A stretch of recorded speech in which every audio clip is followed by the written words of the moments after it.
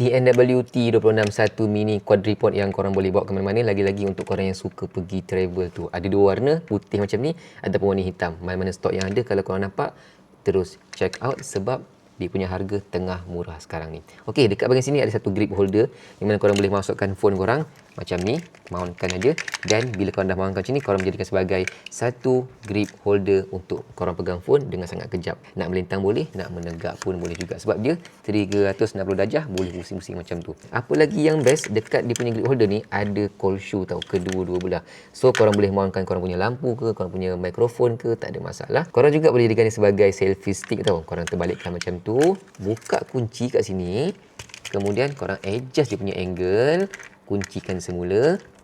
Lepas tu korang boleh tarik batang panjang dia, tapi tak banyak sangat pun sebab dia lebih kurang 3.5 cm.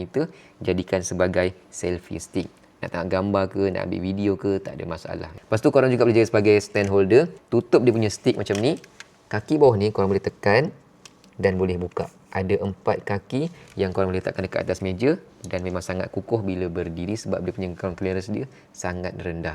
Okey, nak macam ni boleh, nak melintang pun boleh juga. Nak menegak boleh, nak condong sedikit boleh, nak condong sangat pun boleh. Tapi kalau condong sangat, kena rendah macam ni. Kalau tinggi, dia akan jatuh sebab phone berat. Dekat bahagian sini pun ada satu remote shutter yang mana korang boleh kenakan dengan bluetooth handphone korang.